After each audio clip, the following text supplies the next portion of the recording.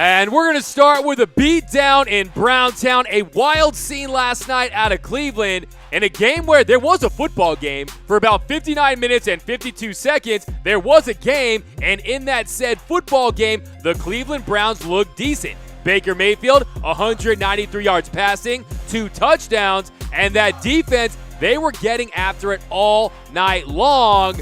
But then it was on between Myles Garrett and Mason Rudolph. And Mason Rudolph, a terrible night on the field. He goes 23 for 44, 4 takeaways, but it was the 5th takeaway that everyone's talking about. And of course, I'm talking about when Myles Garrett took away his helmet and did damage with it. He was trying to do brain damage with it, and he was trying to end Mason Rudolph's career, and he's lucky because last night he almost ended his.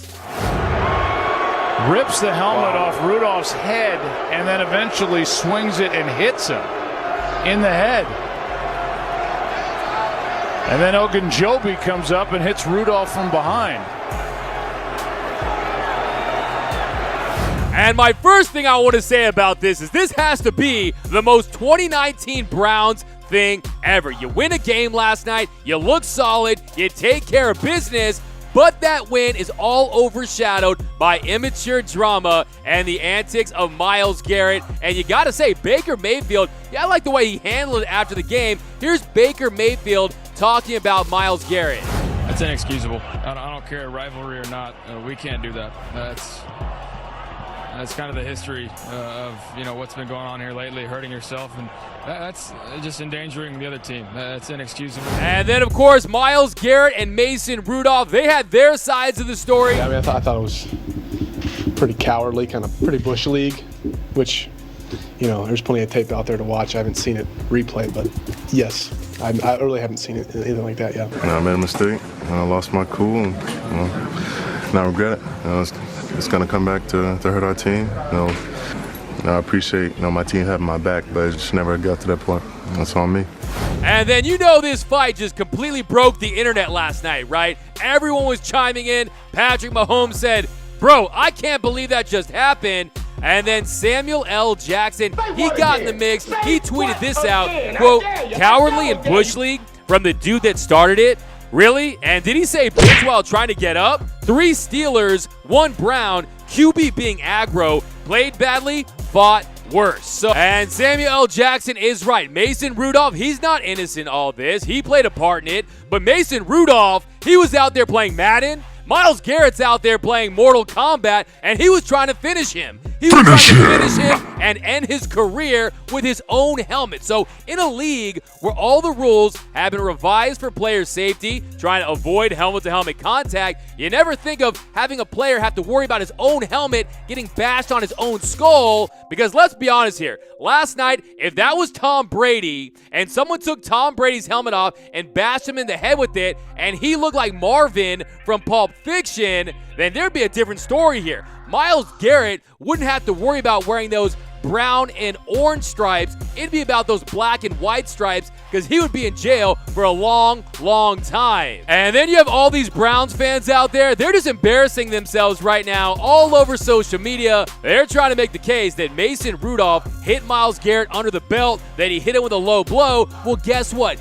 He didn't. You know why? We've got the alternate angle of the fight. Check it out right here. He can also use that steel chair because it's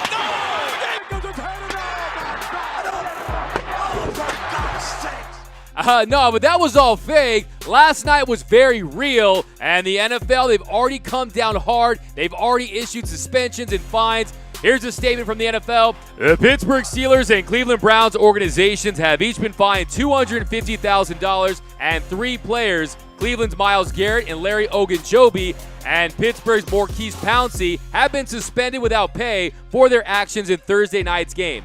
Garrett has been suspended without pay indefinitely at a minimum for the remainder of the regular season and postseason, and must meet with the commissioner's office prior to a decision on his reinstatement. He was also fined an additional amount.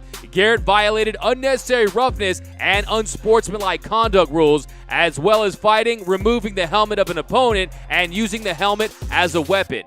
Pouncey has been suspended without pay for 3 games and fined an additional amount for fighting, including punching and kicking an opponent. Ogunjobi has been suspended without pay for 1 game and fined an additional amount for unnecessary roughness, specifically for shoving an opposing player to the ground during an altercation. Additional discipline for other players will be forthcoming through the standard accountability process, including those players that left the bench to enter the fight area. And now the question is Mason Rudolph going to press charges against Myles Garrett? Because, hey, it might not be Myles Garrett, it might be Trials Garrett, because according to his agent, he was quoted as saying today, "I am gathering all information and no options have been removed from the table," said Tim Younger. That's his agent, and he looks like he's going to lawyer up, and it could be Trials Garrett because he could be facing legal action from Mason Rudolph. Now the question is, what is the proper suspension for Myles Garrett? Well, last night, it was unacceptable. You can't condone it, tolerate it, or justify it in the NFL in 2019, and he was just downright mean last night. Last night, he solidified himself, he cemented himself as the new dirtiest player in the NFL. Last night, he was so mean, he made Ndamukong Suh and Vontaze Burfict look like Bob Ross and Mr. Rogers' Neighborhood. That's how mean he was, and I think the proper suspension is 16 games. 1, he's already cemented himself as a dirty player. Look what he did to Trevor Siemian. Look what he did to Delanie Walker. This guy is a filthy player at this point, and a full year would allow him to rehabilitate himself. I give him a second chance. I think he's talented enough to really do some soul searching and get this out of his system, because a full year makes perfect sense. Look, if this happened in the first game of the season, it would have been a full year suspension. If it happened game 5 of the season, it'd be the rest of the year. So you got to give it an entire season, and I think that Myles Garrett should not contest this. He's a dirty player. He needs to be out for an entire year, and the Cleveland Browns, this just devastates their defense because he's so talented, and it's unfortunate because last night was just ugly.